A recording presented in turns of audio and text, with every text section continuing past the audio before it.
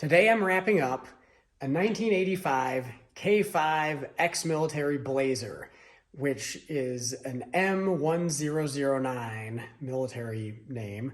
It's got the 6.2 diesel, and I'm gonna walk you around, show you what I just finished on this thing, and show you this particular truck, because this is a really nice one. So here this thing is. I'll try and capture as much as I can, but it is about as clean as you're gonna get. This one's a little dirty at the moment, but as best I can light it up here, you can see it's pretty solid underneath. A little bit of surface rust, but here in Minnesota, they get a lot worse real quick. So for being an 85 and being this clean, this is a pretty tough find. This one is not from Minnesota, so that probably explains some of it. But yeah, these military trucks, they're just a pretty basic truck. Inside, they're pretty rough. There's not sound deadening material. They're pretty basic, but that's part of what's desirable about them. So this particular one, I outfitted with a trailer hitch, a trailer harness, a brake controller. I did some maintenance, front and rear diff oil change, transfer case oil change, transmission fluid looked good, so I didn't mess with that. I added a transmission cooler. We'll try and capture some of it here. So if we can see, you can see through the grill there that I've added a transmission cooler. I put in a fairly large one. Obviously the client is going to be doing some towing with it, so set it up for that. In the back, you can see I've added a 2-inch receiver, and this was a little unique because this is not specifically made to fit on the M1009, and it's really not a whole lot different than the civilian version, but these safety chain hooks were a little bit in the way, so I bent these up to pick up enough clearance to put the hitch in, but then I also had to notch it because if you look under here, if I can get this set up under here. So if you look under here, I had to notch about a 1/4 inch out because this was too far back. I couldn't get the receiver back far enough. So I notched about a 1/4 inch out, and then after the install, I just welded it to this bar just to reinforce it. Probably not necessary to weld it, but it seemed like a good idea just to get maximum strength out of it. Also, I took out the military connector that was here, presumably for a trailer, and this worked out pretty good. I pulled that out and was able to install the 7-way trailer plug right there in that location. So that was a pretty easy deal. Moving up to the front here, I added a brake controller and just mounted that right under the dash. So here's a shot of the interior of this thing. And I don't know if they came with this maroon stuff, the seats and door panels. I don't know if that was in these or if they had something entirely unique, but that is obviously what is currently in this one. So yeah, got the seat in the back. So technically it's a 5-seater. You got the bench seat in the back and the 2 buckets in the front. So manual transfer case, just an old basic diesel K5. So, and that is exactly why you get one of these, is for all of those reasons. And to be honest with you, this thing drives pretty good, I think, for what it is. It's got pretty fresh tires on it.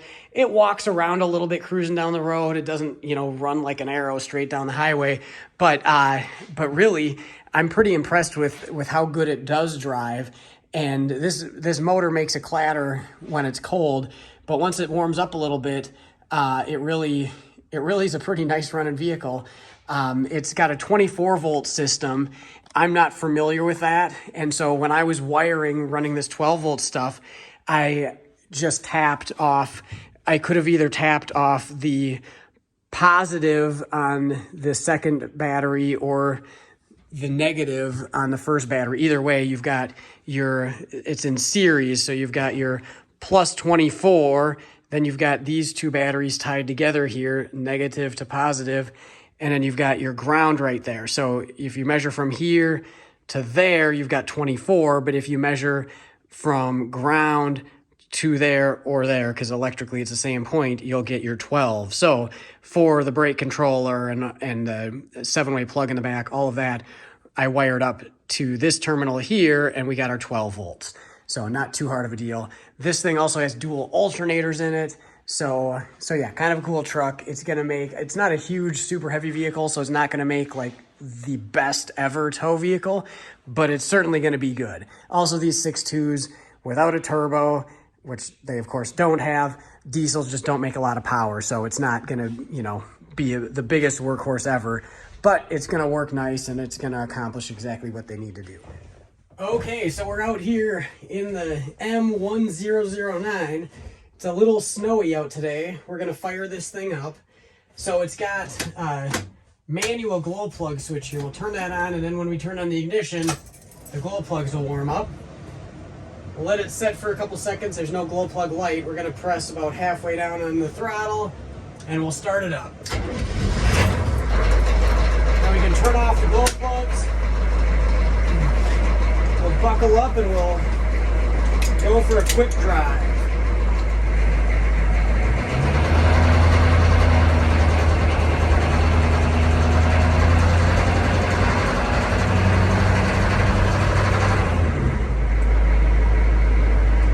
I don't know if you can tell in the video or not, but it's a diesel.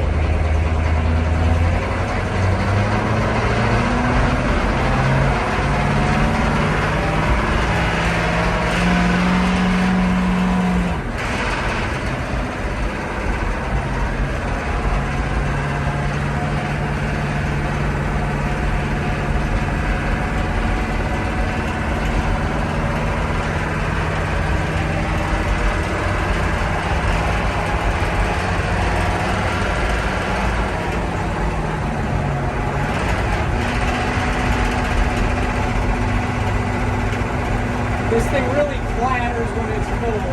It's been sitting inside, so it's not, like, the engine itself isn't super cold, but it was only running for a few minutes before I hopped in it and fired it up here, so I think it's already quieted down a bit, but it's really clattering for the first few minutes. But like I said earlier in the garage, I don't think this thing drives half bad. I can totally drive one of these things around, although the steering's a little floaty, could drive a little nicer, but considering what it is, I think this thing drives pretty good.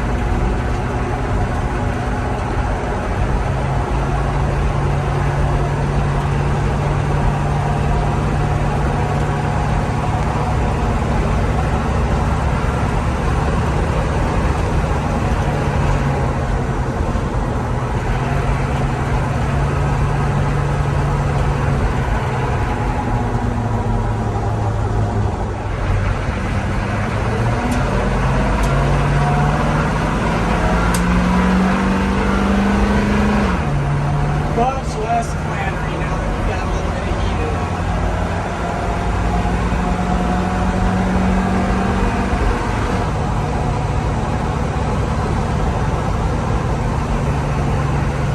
But still not fast enough for some people.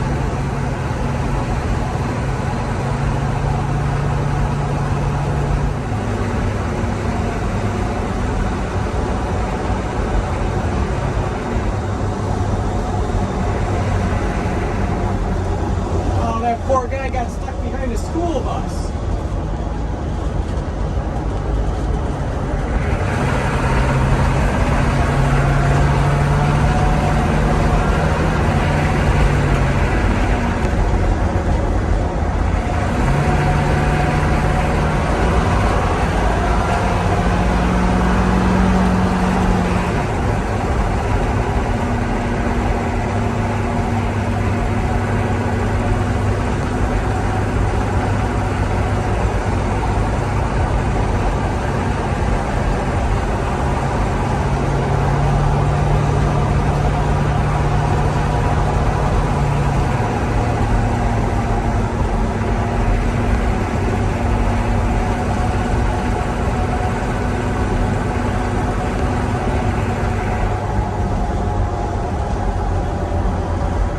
Well, there you have it. There's a quick little spin in this M1009 If anyone's got one of these they want to get rid of, I'll take it. So you can just swing by and drop it off.